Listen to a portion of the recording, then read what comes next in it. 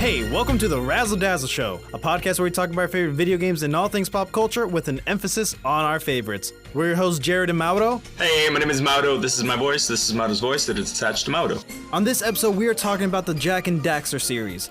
The series is an action-adventure game franchise created by Andy Gavin and Jason Rubin, and owned by Sony.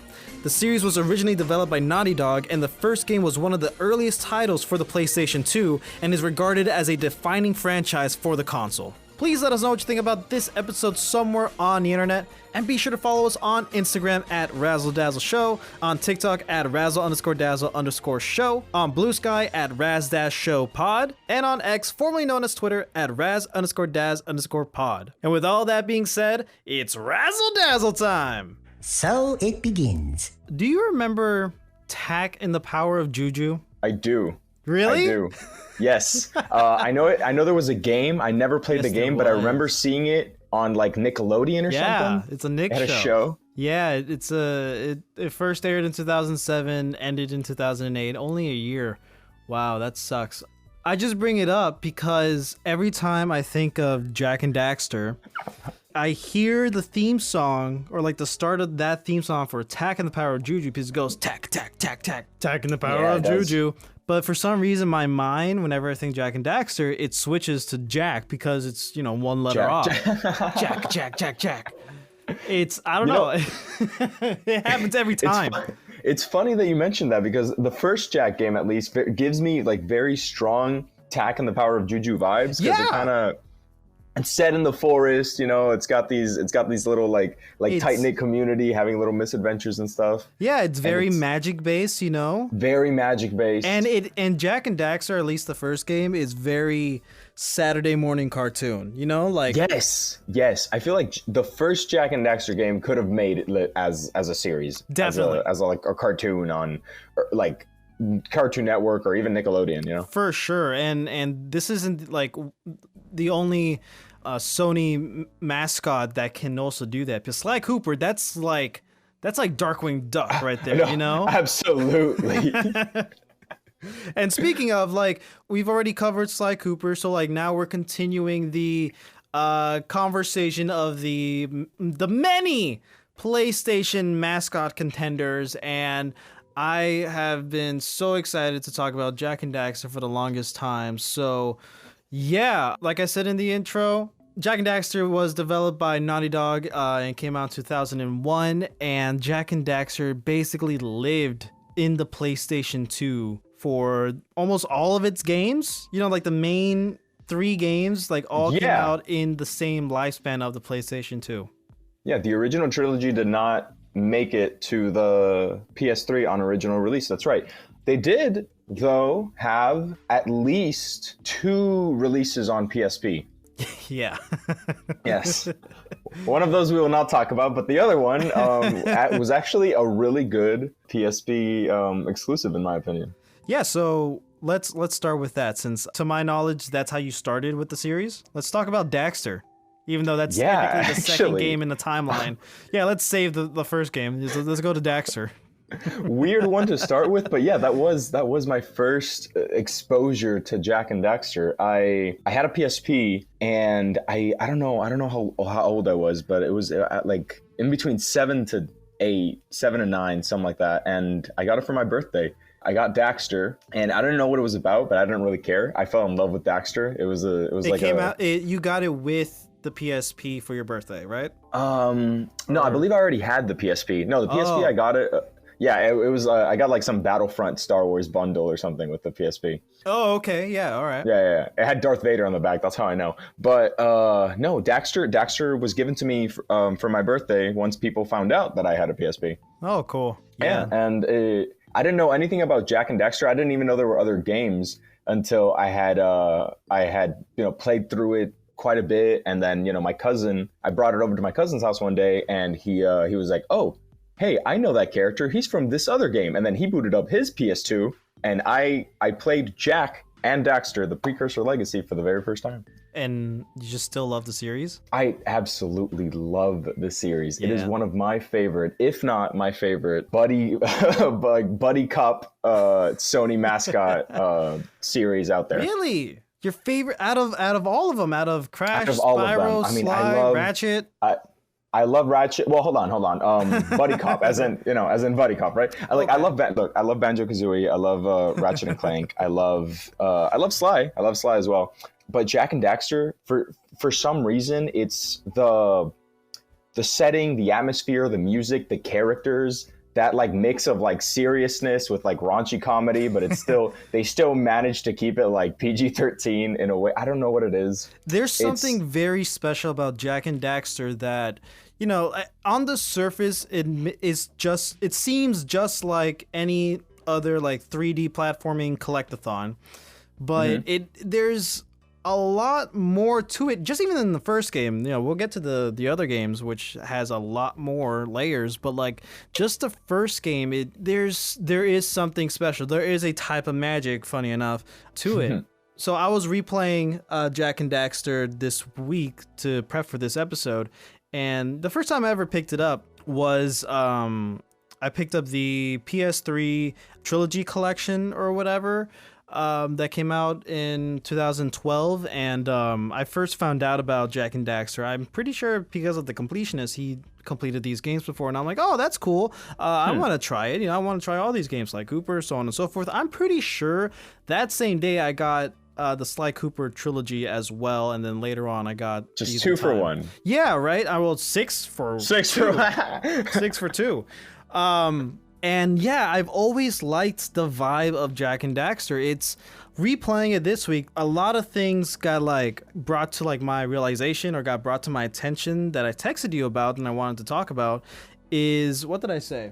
I want to say verbatim. The similarities? Yes, it's the similarities to a lot of other games that I love. While replaying Jak 1 this past week, I never noticed until now how similar it is in a lot of ways to Banjo-Kazooie, my favorite like 3D platformer of all time.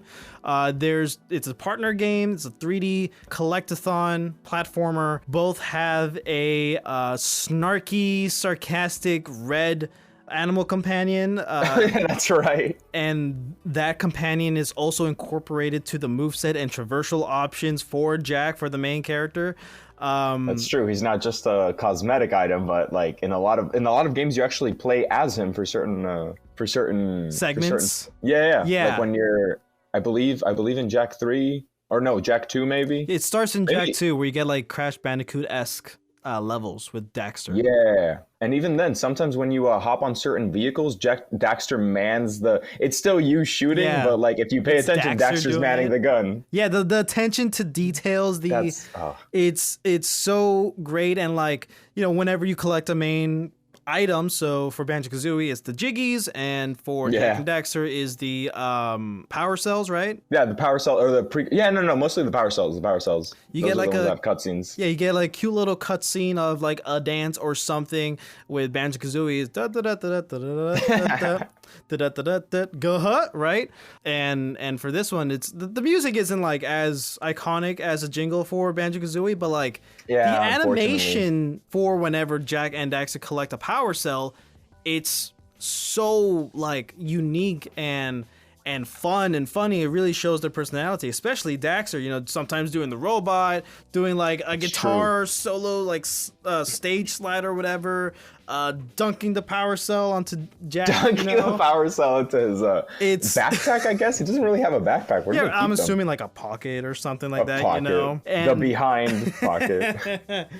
And like, especially for Jak 3, like when we get vehicles introduced, it's very, for the third Banjo-Kazooie game, Nuts and Bolts, not a great game, but like we got vehicles there too, There's oddly like a lot of similarities to that, and maybe that has something to do with how much I love it, but no, I've been exposed to Jak and Daxter longer than Banjo-Kazooie. So it's weird, but like there's similarities, but it's not at all like copying or whatever. Oh no, absolutely. I understand what you're saying. The cool thing about Jak and Daxter, and this goes for every single entry in the series is that they kind of they definitely take inspiration from previous titles, be they video games or shows or movies even. But they manage to kind of make it their own, to give their own little spin on it. I mean, when it comes down to brass tacks, did you hear Gatorade? Oh, Gator. Do you wanna be part of the podcast, buddy? Talk about furry companions. Right?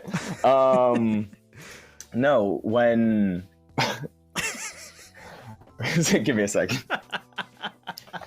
That's definitely staying in the episode. I love it. No, okay. All right. So, no. Where was I? Where was I? The similarities, right? So, now the Jak and Daxter games have a lot of similarities to different games. Like, I mean, you've played Super Mario 64, right? Of course. Of course. Yeah, of course. It's Super Mario 64. Jak 1. It is, but it isn't because it is because it's the framework is there. But then it's not just that. It's Super Mario 64 in the Sonic Boom jungle with the magic Sonic of Boom. Don't bring up those games. No, Sonic Boom, the show. The show is different. Yeah, it's a lot better than the game. It's the show. The Sonic Boom jungle in the show with the like housing aesthetics and right. all the gears made out of like wood and stuff like that. The magic of tack, like we talked about it before. It's got like all of the protagonists, all of the people that inhabit this world are like elves, kinda. You know how they have like the long pointed elf ears? Yeah. And I don't know, it just does so much that it gives it its own unique, like even though it's kind of sort of like an amalgamation of all these like different outside influences, it gives it its own unique personality, I want to say. Character. This entire series definitely has personality. For sure. 1,000%. And I think a lot of that has to do with Daxter because Jak is a mute, silent protagonist in the first game. I wanna bring it back to that, but continue. I think a lot of it has to do with Daxter because without his wisecracking throughout the first game, then it's just another goofy, cartoony world without some snarkiness and sarcasm to contrast all like the funny goofiness. I think it wouldn't work as well. That's why Banjo-Kazooie works so well. Oh, no, I agree. 1,000%. Daxter. That happens so much when talking about this game. I'm telling you. I'm glad it happened. Who am I speaking about? Both, maybe? The Jackster games. Yep. The Jackster games. Oh. No, Daxter himself is... There are so many like snarky, sarcastic sidekick stereotypes. Yes. But Daxter does it like no other. Yes. I don't look at Daxter as a clone of anybody else. I'm like, that's Daxter. That's gotta Definitely be him. not. And I like the way he does evolve throughout the games too. He does. If you compare, I mean, he always remains the wisecracking, sarcastic sidekick who doesn't know he's the sidekick. But if you compare Daxter, that will always be funny. They're like, whenever there's a scene where Daxter's like, we got the hero right here, and how I'm going over just to protect Jak. You know what a chicken he can be. Aren't there a lot of lurker sharks in that water? Why? Are you scared? Me? Of course not. Just looking out for Jak here. You know what a chicken he can be.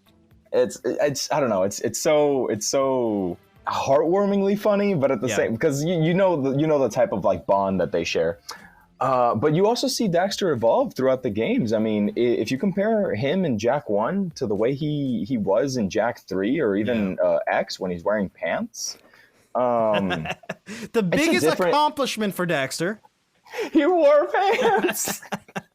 He got a pair of pants. It's so silly because he could have just like found pants with all the like within all this time, but he doesn't. It's at any point he could have just picked up a pair of pants. Right? Okay.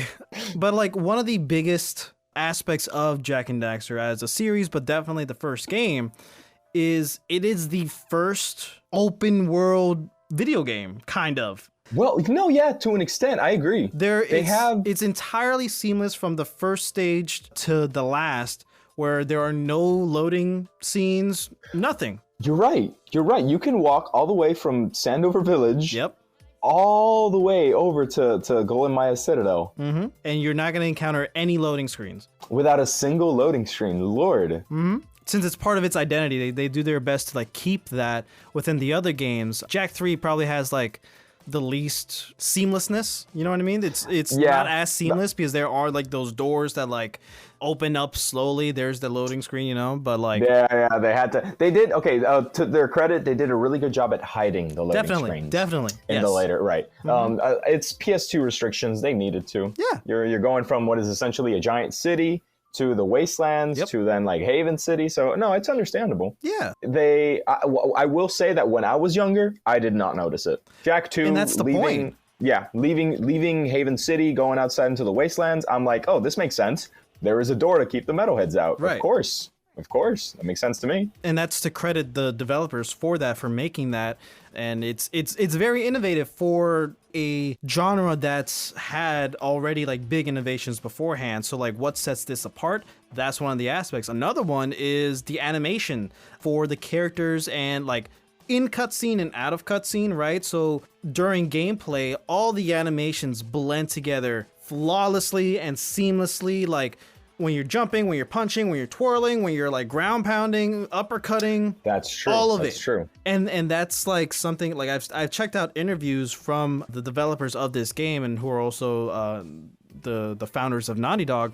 I forgot their names at the moment, but they like made sure to like add this amount of detail to their movement flow, to the animations for this specific reason. And for the cutscenes, even more so, you see it whenever you collect the power cell or like when the characters are talking, you know, it's very prominent. Yeah, there's a very smooth kind of like almost rubbery feeling to whenever Jak is moving it, which kind of gives it that's why it never left its little cartoon roots, even when the later entries got a little darker.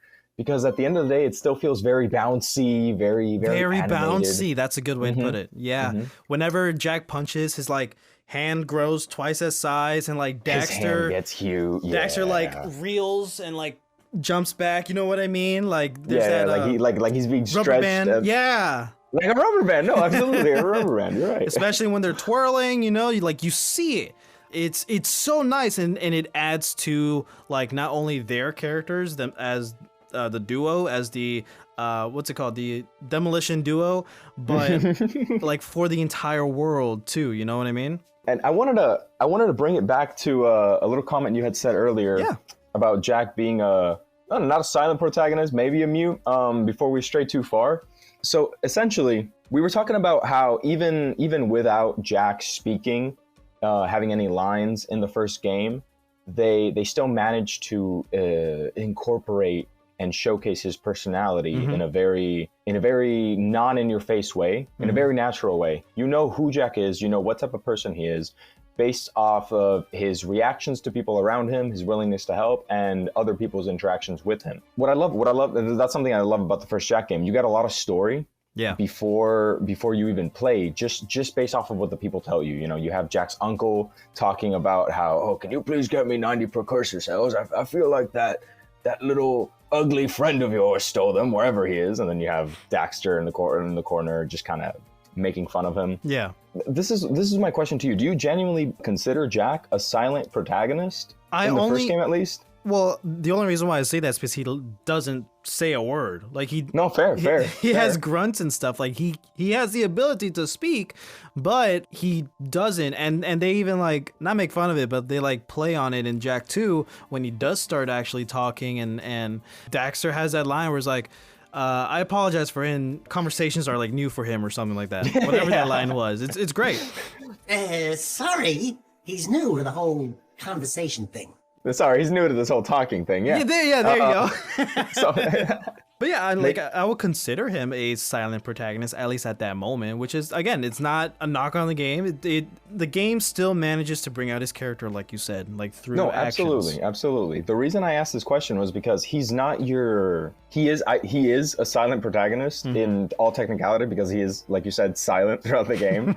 But he's not your average silent protagonist. A lot of games like Legend of Zelda, Right. most Bethesda games, Skyrim, Morrowind, all the Fallout games, well, almost all the Fallout games, they have a quote-unquote silent protagonist, but that silent protagonist is just unvoiced. Technically, that protagonist does, in a lot of games, you as Link speak to people. Yeah. You just don't hear it. Or there's the little dots and then people understand. Same thing with most Bethesda games. You know, you have dialogue trees. You choose a dialogue and you don't hear your character saying it. Gatorade, please. Please. Gatorade. Please. Okay. It's like, I can talk too. Just give me one moment. You're good. I love this. Okay, he just wanted to go out. He's good now. a lot of those games actually have the character unvoiced, but they do speak within the world. Mm-hmm. Jack doesn't. There are a few moments where he kind of raises his hand to like say something, or like he like opens his mouth, but then he usually gets cut off by Daxter. Yeah. So he maybe he wasn't a mute like Daxter said. I feel like he did speak to an extent, but maybe just not. He never had the maybe space to speak. Yeah, because of maybe Daxter being a loudmouth. It's all Daxter's fault. But I do like that later on they gave him a voice, even though there was a crazy tone shift. Yes. Before we get to that, I do want to talk about the tone and kind of the story of the first game and its transition to the second. Clearly, right, the first game is very light-hearted and bright and cartoony, and it's funny, you know, I love it. And in the second game, mainly because of Grand Theft Auto 3 coming out, showing like the world that the video game industry can tell darker, more mature stories, and that's the approach Jak 2 and 3 took. I don't hate that. I still like that Naughty Dog decided to go this route, and they clearly made great games because of this tone shift.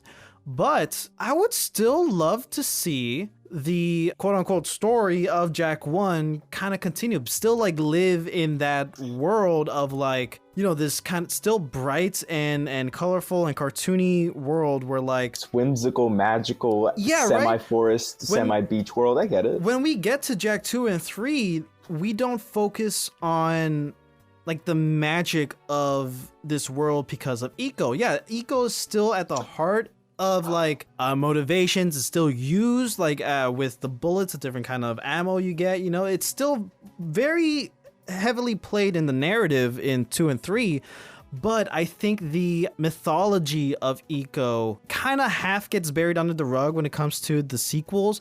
If I was thinking about this morning, actually, after I got out of the shower, where I would love to see a game where Jak and Daxter sequel to the first game, where they still are in the past, right? Because time travel. Right, technically. And like, I don't know, what's the antagonist's name? His name was Gol Acheron. Yeah, the Dark Sage, Gol Acheron and his sister. Like, what if what if they survive getting stuck in that dark eco silo? What if, you know, X amount of time later from the first game, and they like absorb so much dark eco that maybe they merge, or like they just become more powerful in some way, and you know, they again like very simple plot, but like they become more powerful somehow. They survive this dark eco overexposure, and they threaten to you know, destroy the world again or whatever. But instead of going north or south to north, right, in the first game, why don't we like expand outwards, east and west, and maybe we can see like the wastelands in the past, and like Haven City in the past, you know, even more so, and still continuing this like cartoony or Saturday morning cartoon vibe, and still like very heavily like collectathon, getting like precursor orbs for like, I don't know, I'm thinking the reason you're getting these MacGuffins, the reason why you're getting this, you get the precursor orbs to get the power cells because you're trying to like unlock or restore power to like ancient precursor weapons, technology that can like manifest light eco more, you know what I mean? Or something whatever. I think that would be a cool thing to see. And speaking of like light eco, dark eco, one of the big changes with Jak 2, other than the tone, which we're gonna get to, Jak 2 and 3, they implement this mechanic where you turn into Dark Jak and later Light Jak. That's true. But because of the lack of exploring the mythology of Eco, I don't think it matters that he can turn into Light and Dark Jak. It like the story never really like focuses on it. It's not ever required I know what you mean. other than like in Jak 3 some platforming segments to like jump further, you know what I mean? It's not utilized that well because we get guns in the game. Now it's a mix of Banjo-Kazooie and Ratchet and Clank now. And I think adding guns to Jak and Daxter with adding Eco as the ammunition is a great idea. I think they did amazing with this. My only issue is the balance of this new added mechanic of the guns and all that with the Dark Jak and Light Jak. So if, again, hypothetical, if they went on to like do this still Saturday morning cartoon sequels, then they could like dive into more the mythology of Eco, Dark Eco and Light Eco, and have kind of a more kind of a more direct influence on how or why Jak gets these powers, because that's like the focus. We're focusing on the lore of Eco and the precursors and all that stuff, if that makes sense. But like I said, if they did that, I think that would have been great, and they just kept the guns here for the sequels we got, just for the tone or whatever. Because Shadow the Hedgehog also had guns, Ratchet and Clank had guns. You know, we of course Jak and Daxter needs guns.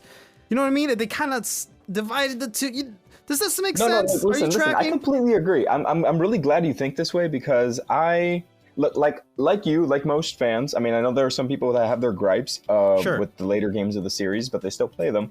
I love all their games, and Jak X too, and Jak X, honorable mention.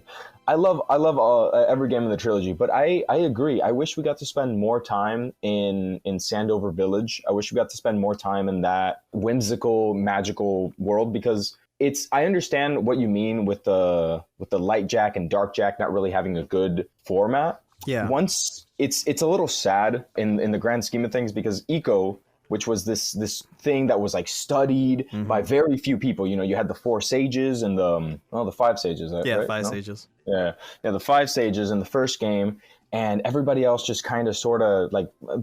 Jak was like the only one who was using Eco. There was definitely something special about him. Maybe like within this trilogy, like let's say if it is a trilogy of like continuing this Saturday morning cartoon vibe, maybe we eventually have Jak be the Sage of Light Eco, because there's already a Sage of Dark Eco. That's true. Why not have him, like, he can be tainted by Dark Eco too. That's fine. But in maybe in the third game when we introduce Light Eco, he becomes the Sage of that, and that's like how, you know what I mean? Yeah, I mean, there's nothing. Supposedly, there was nothing wrong with Dark Eco per se. In the first game, the Samos just kind of alludes to the fact that Golan Maya used it too much, let it consume them. Yeah. Right? You know, before like they Sith were just Lords. studying it. Yeah, of course, it works. That's exactly how it works.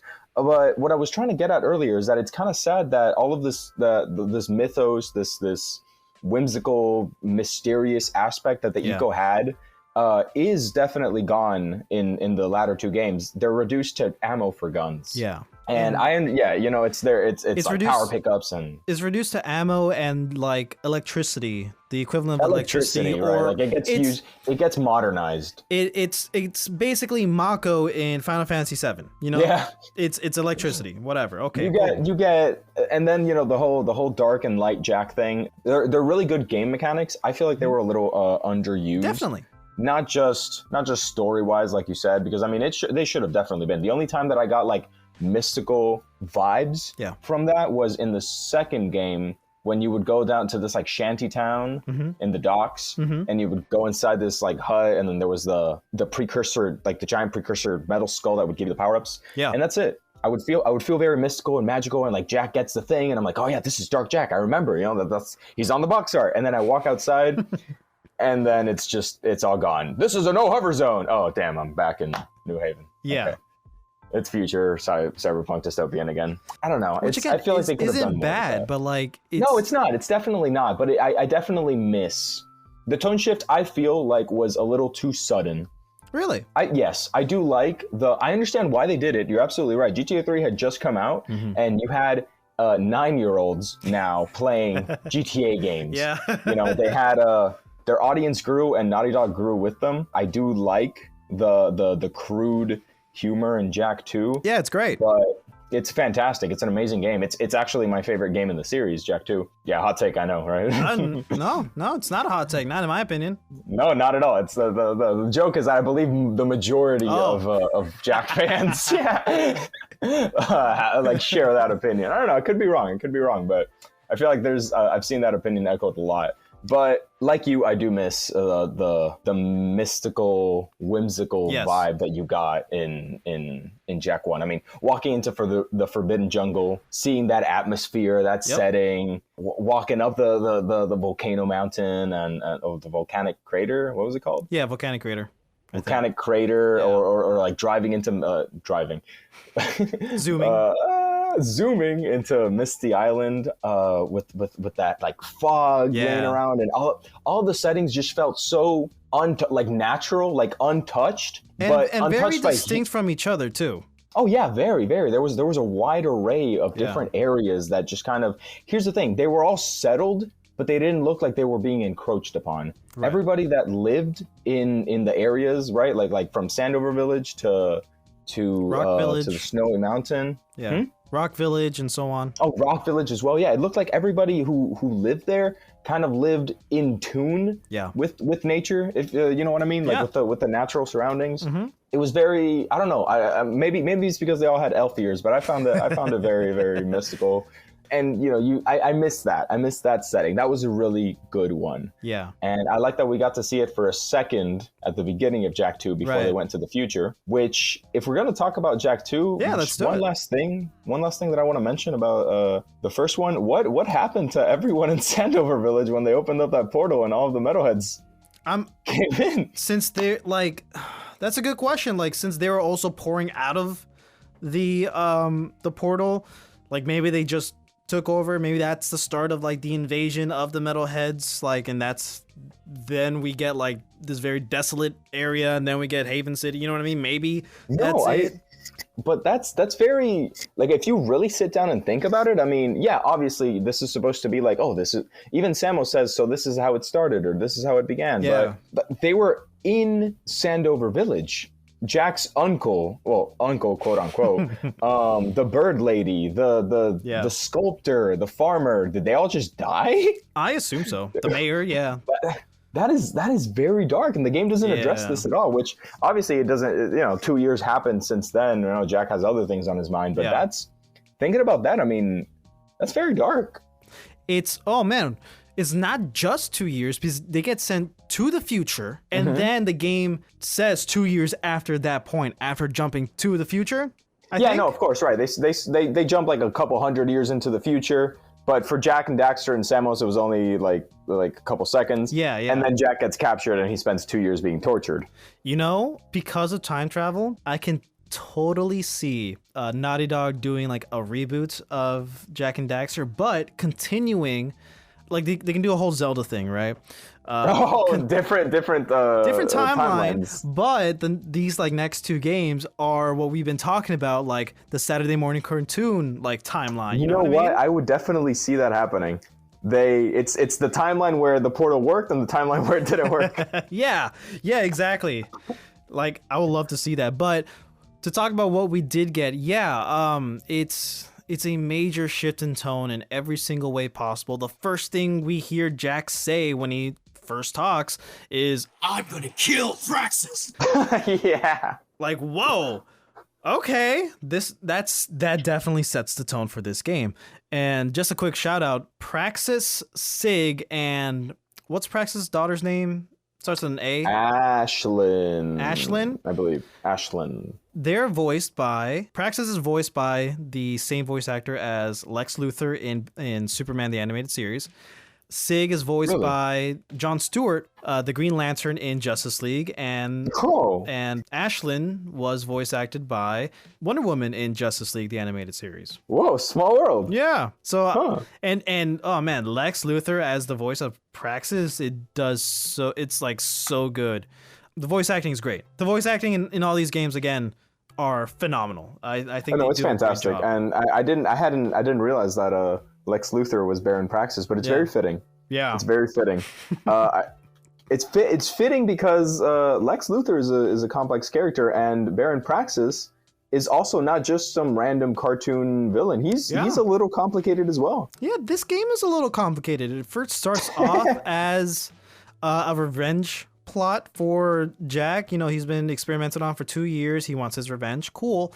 But then it slowly like develops into a bigger scheme, right? So like Praxis is planning to double cross Core, the Metalhead leader, and then he's gonna double cross Praxis, and then to take over the world or devour the world or whatever he wanted to do. Yeah, it's complex for Jak and Daxter.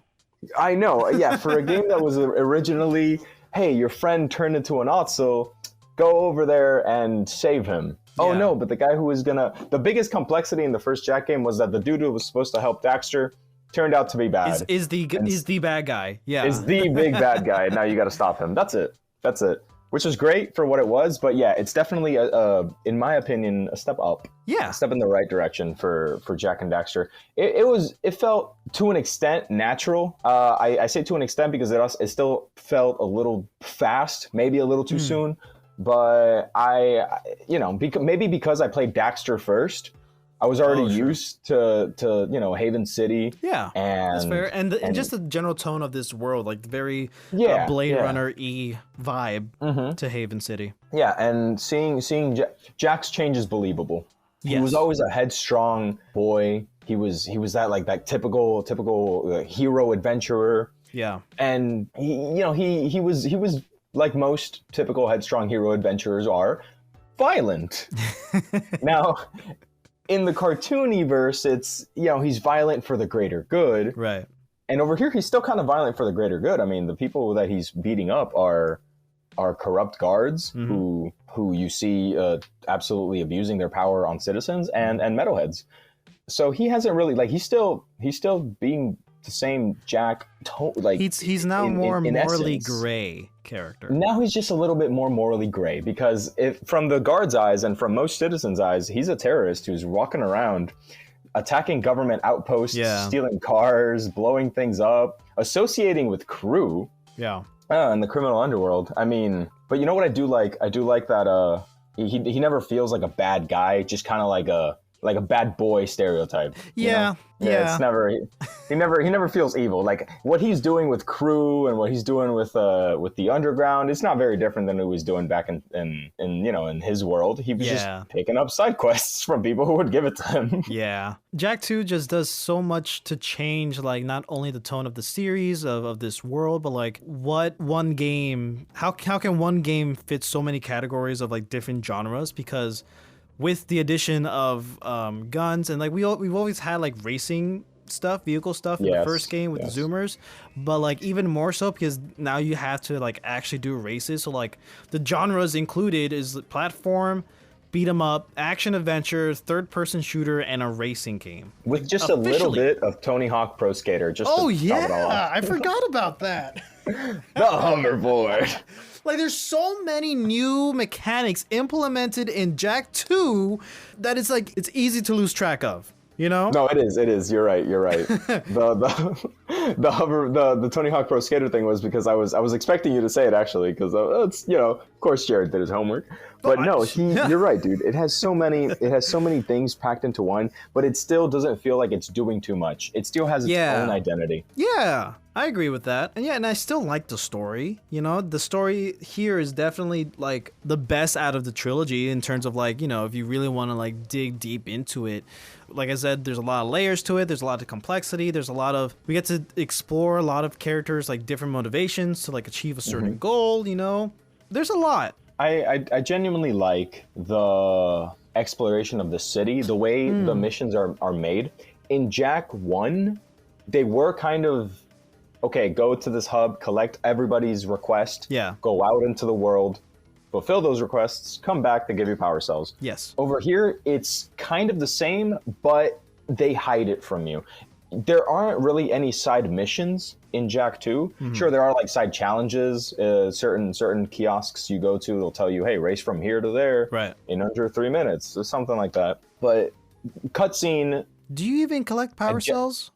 in Jak 2? I don't remember. I don't know about power cells. There are precursor orbs hidden away. But that's like to I don't know about unlock power cells. secrets and cheats, right?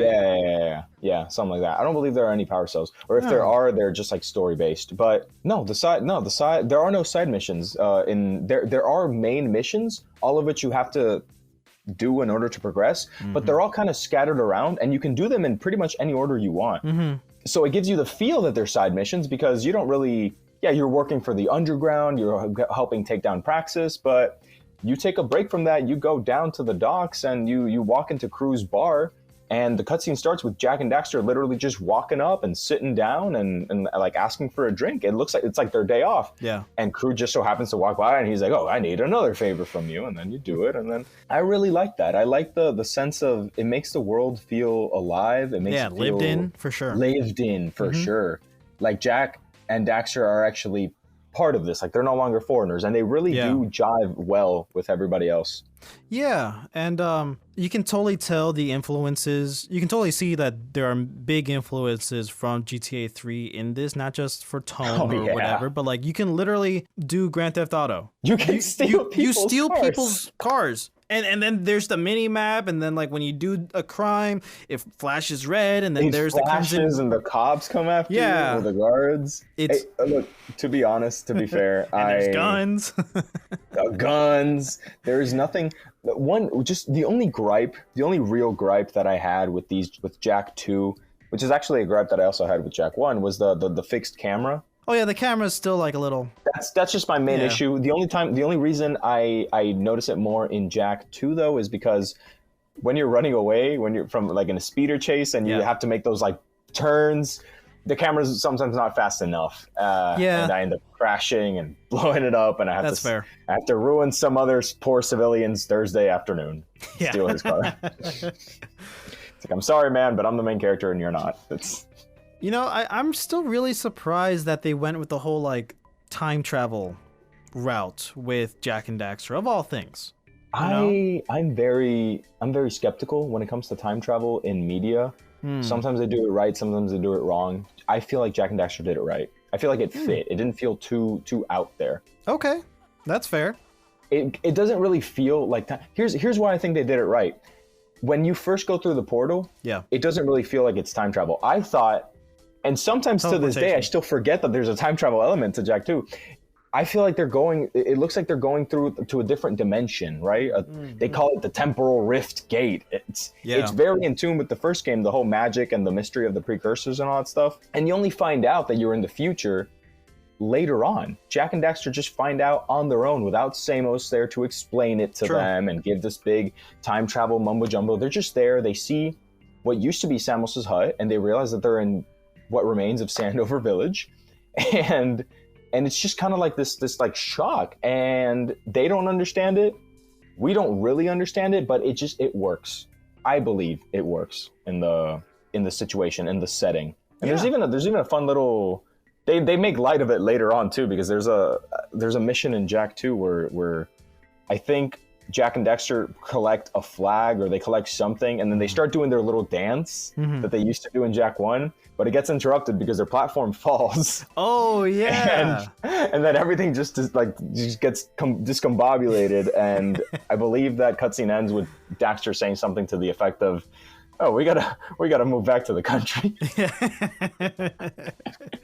Yeah, with any form of media, I always love like when things do fourth wall breaks right, you know? Yes. And I think Jak and Daxter nails it so much because it's yes, the series is still very campy regardless of the tone shift, but the fourth wall breaks isn't like every 5 minutes or every like beat or whatever.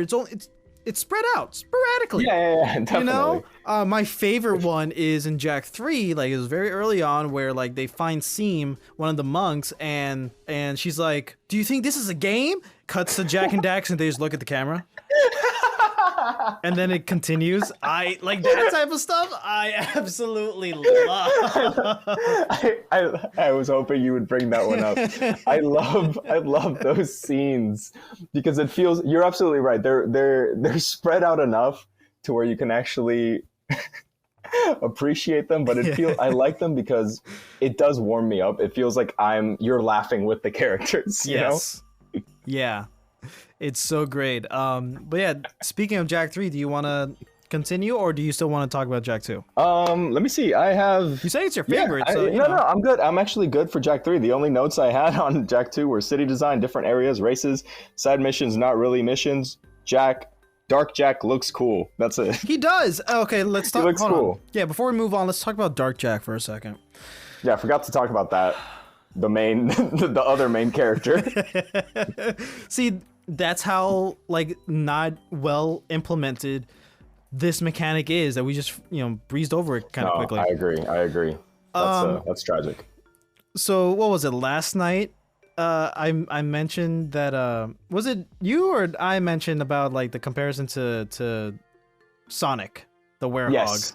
Yes, I believe that was either last night or Friday night, but yeah, something like that. It was Friday, and I was like, Dark Jak reminds me of Sonic Unleashed when he turns into a Werehog, and then you sent that screenshot from Reddit that you just saw that like not too long ago, and I think like 2 days before that, yeah. Not only coincidentally, like that's hilarious, but also when I say that he reminds me of Sonic the Werehog, I don't know if I mean that in a good way, because the only reason why I don't like Sonic Unleashed is the Werehog sections. I think in concept they're great.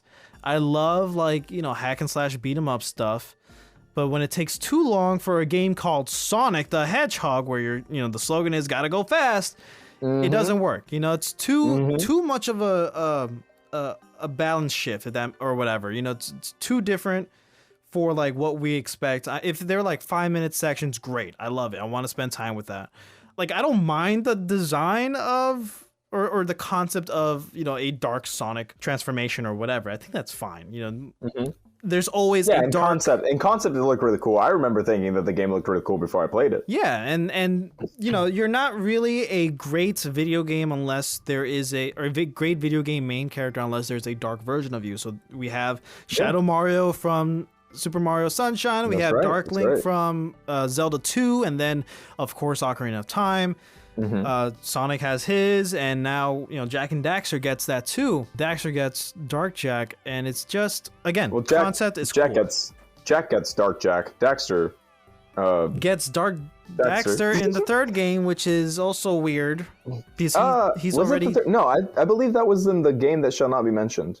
Oh, you're right. Yeah, but here's the thing, though. Here's the thing. Daxter does whenever Jak goes Dark Jak in Jak 2. Daxter, if you look at Daxter, he looks angry. He looks like he's hunched over. Yeah. He's got like a snarl on his face. And in Jak 3, when Jak goes Light Jak, Daxter straightens up and puts his hands together as if he's praying. Oh, I know about the praying thing, especially when he first got the powers. I noticed that. I didn't notice that in the general animations. That's cool. No, it's just it's just Daxter. It's very in character with Daxter. He's clearly just making fun of it. But it's like, look at this edgy guy. Also, again, like they probably just implemented Dark Jak just to also have an edgy factor. Like That's true. We don't. We could have just had Jak be tortured and experimented on without the Dark Eco Jak transformation, and the premise of like revenge or vengeance is still would have worked, being captured for 2 years, but like we needed this. Here's the thing, there are 2 ways that this could have been done correctly. They could have scrapped Dark Jak completely. Yeah, I feel like the fact that Jak now talks is tonally different, more edgy in his demeanor and more brutal, more crude. I feel like that works on its own. The fact that he uses guns now, like we don't need to see an embodiment of his edge. We see it. Like he's edgy. He's edgy. It's seen. Show don't tell in storytelling. Right. Or they could have just completely leaned into Dark Jak, and instead of introducing guns or instead of introducing other types of like upgrades to your fighting, they could have just really developed your fighting style in Dark Jak instead of giving it an arbitrary time limit, because it feels like as it stands today, you have to collect so many pieces of Dark Eco to fill up your meter, and then when you're finally Dark Jack, you can be Dark Jack for like a few seconds, and then it's over. And honestly, when I do it, I feel like it's a lot of work for not enough, because I'm like, okay, well, I could have just been using the scatter gun at this point, or I could have just, used the other gun that runs on Dark Ego. What's it called? The Peacemaker. The Peacemaker, yeah. Sometimes it feels useless to be Dark Jack.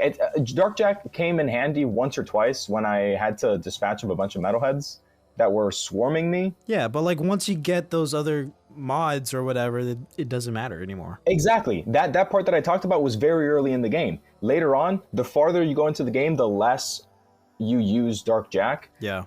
And it sucks, because they should have really, if they were going to use him, they should have gone all in. They should have made him essential for certain areas. The same way that in certain levels they tell you what type of gun you're going to use what type of gun you're going to use by breaking the crates and seeing the ammo type.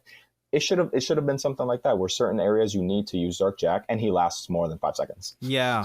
I just remembered that like I think the only reason Dark Jack's even a thing is for like plot, other than like, gameplay innovation, but plot, because like at the very end, at the final boss of Core, when like you find out this other kid is baby you, remember that giant precursor stone? The only reason why he couldn't interact with it or use it is because of the Dark Eco. Yeah, right. No, so that's why you need the kid. That's why you need young Jack. Okay. How did you feel about young Jack before we hop into Jak 3? Did it break your brain or anything? It didn't break my brain, but like after the point where we discover like there's time travel, I'm like, oh, okay, I see what you're doing. It makes sense. Yeah. Like I wouldn't expect it. I expect that this should be a thing. They see a younger version of Jak. Like we saw a younger version of Samus. Yeah, I totally expect that we're gonna see a young version of Jak. It'll be weird if we kind of didn't, It's not needed, but like absolutely, it makes sense. All right, let's talk about the Mad Max of video games that is not the Mad Max video games. Jak 3 Fury Road. I don't even know where to start with Jak 3, because it's, it still keeps that same tone from Jak 2, but we're like in the desert, wastelands, very Mad Max, but I still think it's weird that the new thing that gets implemented, the new area, isn't utilized as much. Does that make sense? No, I know what you mean. I know exactly where to start.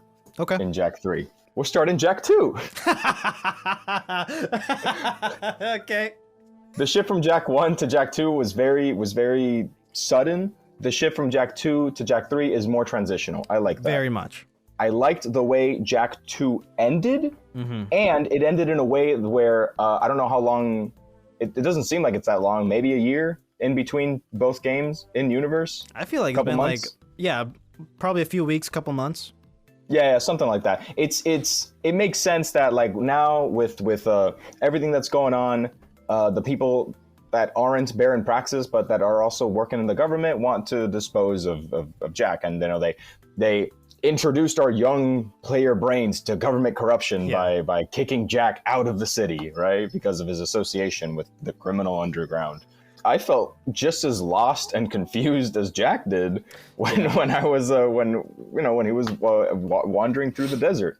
But I also felt like I knew what type of game it was. I was excited to explore the desert, which might be why I don't have like as big of a problem with the fact that it's not as, I guess, loved as other areas. Like it's for me, it's fun. Sure. To hop on those cars and just zoom through the desert and jump and flip and land in the water. They could have done more with it. They could have done more, but I definitely, as a younger version of myself, I enjoyed just losing myself in that desert. Sometimes what was it, like not pirates, but like desert people would attack you and stuff like that. Yeah, marauders or whatever. Marauders. Yeah, I think the story for Jak 3, and I think this is the general consensus, is just very confusing, and it's like there's nothing all that solid. Like we just know it reminds me of Metroid Prime 3, but not like the best parts of it. The only thing I mean is like, oh, there's this thing coming from space and it's full of dark eco, just like in Metroid Prime 3. There's these phazon leviathans going to corrupt planets. So this dark eco thing is going to corrupt, destroy Earth or whatever the planet is. Planetos. Like the eventual goal is to stop it. Like once we learn about it, but like there's Errol from the second game. That's like, he's back for some reason. He's a villain, just because. He's typical villain format. He's got the half face. You know what they could have done? What? You know what they could have done? Instead of bringing back just like a rival villain from Jak 2 to communicate with the Dark Makers, evil precursors, why not bring back Gol Acheron, who was bathed in Dark Eco? Maybe he could have become not so much as a Dark Maker, but like a level below that he can communicate with them. You know, and like what? they're like and calling them to the planet. You know what I mean? That would not have been a bad idea. I could definitely see the dark eco that he was submerged in elongating his lifespan. Maybe he lived all of this time, and they found him underneath like some tomb or whatever, or like he escaped and he was the one who. No, I could see that, dude. That could have that would have really tied it all together. You know what? Because remember Vargas or whatever the hell that guy's name is, who exiled Jak and Daxter. Vargas. Whatever. Vegan. Vegan. The reason why he blew up the tower, the city, or whatever it's called, is because there are precursor ruins in the bottom to like search for whatever he was searching for, right? Right. What if he did that and discovered a tomb or like whatever that Gol Acheron is like in, like a chamber of dark eco that like he stumbled upon Gol Acheron. You know what I mean? And that would have been really interesting. And then later we find like the actual precursor tomb and like the tomb of Mars and stuff like that, like still where like they were originally, but like some changes or whatever. Maybe we find the tomb in the freaking wastelands, which is like already a brand new area. Why not use that instead of having the tomb of Mars in the city? Like what? You know what I mean? Like, and like out of all the characters to bring back, why Errol? They could have done this. I don't know. Look, you know what I mean? There were a lot of strange. No, I do. And I agree. There were a lot of strange. We should become decisions made for Jak 3. Yeah. They really leaned into the cars and the upgrades. Which well, is not fine. upgrades, but like you get newer cars. Fine. Right? No, it's fine. But then they didn't super develop the places where you're going to be driving these cars in. Yeah. So they brought in Light Jak, but the same thing as in the previous game. You don't really do a whole lot with them. Some puzzles, which are fun. I like the time stopping thing and then the healing stuff. It's a little dynamic, but that's about it. The story itself, not lackluster, but definitely confusing. It has some of my favorite characters in the whole series, and I like Jak's character here. Yeah, Jak feels more rounded. In the first game, he was kind of like a headstrong boy. They call him boy a lot. Second game, he was like the edgy teenager. Third game, he's kind of rounded out as an adult, more or less. But other than that, the game itself lacks polish, in my opinion. I think it's the only Jak and Daxter game that kind of lacks polish. It wasn't as refined as it could have been. I agree. Naughty Dog should make us writers for the Jak and Daxter series, and like I honestly think what we just said could have been way better, made more sense and still have like the same beats that this game was trying to do, No, absolutely. And it could have tied in back with the Precursor Legacy, because the more you go forward, Jak 2, Jak 3, Jak X, it feels more far away from the Precursor. Far away, yes. Like Jak 1 feels so removed. I feel like this would have been a nice way to like tie the trilogy together. Yeah. And really bring Jak back to the first real villain he ever encountered, but now, like as an adult today. Yes. Yeah. I don't know. And then the whole thing with Mar was Jak the Mar that saved. Yeah. So again, time travel. Made Haven City. What's going on there? More time travel paradox stuff. Mar is Jak is Mar, which is fine. I don't mind that. Like our main character is a legend in his own right because time travel. Great, I like that actually, and you know I like that we got to see Jack's father.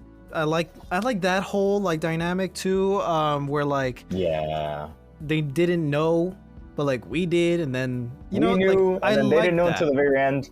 I do like the Damas, yeah, whatever. Damas and Jack scenes where they didn't know that they were related, because it gives you could tell that since they didn't have that inhibition there, they act more naturally. They have like a father and son role, whereas maybe if they did know, it would be a little awkward. You know what I mean? Sure, yeah. I love all those story beats, and like when he dies, like he never found out, but like Jack found out, you know, Jack knew. Never got to tell him. Sad. There's a lot there, and I like that. There's you know, it fits well in this more mature game. And then in contrast, like 5 minutes later, we get the ultimate troll, where we get to finally see who the precursors are. And they're Otzels. They're the same species as Daxter. What a great troll moment. Again, more fourth wall breaking sequences. It's funny, but like so close to a very serious moment where, you know, someone important dies, and like 5 minutes later we get a lot of levity. Like, yes, like we said before, Jak and Daxter has like serious tones mixed with a lot of levity and sarcasm and all that stuff, but I think this wasn't spaced out that well. Yeah, there's a bit of space. The Jak and Daxter games have always had a bit of like pacing issues when it comes to that type of thing. I've noticed, especially now on replays, even as early as Jak 1, more noticeable in Jak 2, there's a lot of like cutscenes kind of flow. Yeah. A little bit too fast, but it's not terrible. It doesn't harm it in Jak 2. That you just had like a very intense scene, and then Vergen comes in with the ship, and then you know you have that other little fight. But then afterwards, like literally 5 to 7 minutes later, the precursors are Otzels, and there's the big fat one in the middle, and then the stoned one, and the dude with the then the dumb one with the cat. Yeah. I think it was just overall pacing. Was a problem throughout the entire game. Yeah, but overall, to come to a landing, this is still an amazing trilogy. You know, for 3D collectathon type of deal, or whatever, you know what I mean? Like for a Sony mascot contender, it's a great trilogy nonetheless. It is. It might not have as many games as Banjo-Kazooie or Ratchet and Clank. Banjo-Kazooie only has 3 games, and the third game we don't want to talk about. Hold on, Banjo-Kazooie only has 3 games? 4 games if you want to include the Game Boy Advance one, yeah. Whoa, hold on, so it's Banjo-Kazooie, Banjo-Tooie? Yep, then Nuts and Bolts. And that's it? Of the good ones, yeah. Of the good ones? Dang, okay. There's only 4 games in total. Withdrawn. It might not have as many games as Ratchet and Clank. Yeah, oh my god, yeah, Ratchet and Clank, it's very hard to get into because there's so many. So many. But I feel that you can play, like, you wouldn't be able to play the entire Ratchet and Clank library today without kind of feeling, I mean, you could totally try it, but you would feel some recoil because the oldest game is so far removed from the newest game. Yeah. With Jak, since its entire lifespan was relatively close together, you don't really run into that issue. And go ahead. Sorry. Oh no, I was just gonna say that it has the all the attributes of a great series that lived and continues to live, not lived and died. It's got an amazing trilogy. Yeah. It's got an amazing racing game. It has a really good side game. One really good side game, and it has the flop of it has the entry flop, mandatory entry flop. Every video game series has to have at least one, and Jak and Daxter has one just to round everything out. Yeah, and I think what not hurts, but like kind of hinders the series is how close the release dates were to each other. Yeah. The first one came out 2001, the second came out in 3, the third came out in 4, the next year Combat Racing, the next year Daxter. Mm-hmm. Like I said, PS2 is the time Jak and Daxter lived in. It just lived. It is that those games were meant to squeeze the same way that the Uncharted games were meant to squeeze everything they could out of the PS3. Yeah. That was what Naughty Dog was doing with the PS2. And again, And that's another Naughty Dog series. No, it is. And it's amazing too. Like Jak and Daxter Uncharted's fans, great. it must have been amazing to be a Jak and Daxter fan in the early 2000s. I mean, Yeah. like every year you get something new. Boom, you got Jak 2. Boom, you got Jak 3. Boom, you want a racing game? Hey, you just got a PSP? Here's some Jak content for you. Daxter. Jak shows up maybe twice. Yeah. The fact that Daxter and even Jak X flesh out the world. I do like Haven City. I miss Sandover Village and the country and all that, but I do really like Haven City and the characters you meet there. Definitely. But yeah, overall, I think this is a game that anybody who likes 3D platformers or, you know, any game that has a big mix of genres, I think this is definitely something that anybody and everybody should play at least once, at least for a couple of hours. And yeah, I'm very glad we got to talk about it. Try it out. Try it out, please. It's a good game. Yeah. All right, that's all the time we have for today, guys. Thank you so much for joining us on another episode of the Razzle Dazzle Show. Be sure to let us know what you think about this episode somewhere on the internet. And be sure to follow us on Instagram at Razzle Dazzle Show, on TikTok at Razzle_Dazzle_Show, on Blue Sky at RazDaz Show Pod, and on X, formerly known as Twitter, at Raz_Daz_Pod. Be sure to rate us 5 stars and leave a comment down below. We'll catch you on the next one. Next time on The Delta Quest. Will Pike's paranoia turn out to be justified? Will Urzak recover from the recent onslaught of abuse he's endured? And will the cats win the legal battle over the property rights to their tavern? Find out next time on The Delta Quest.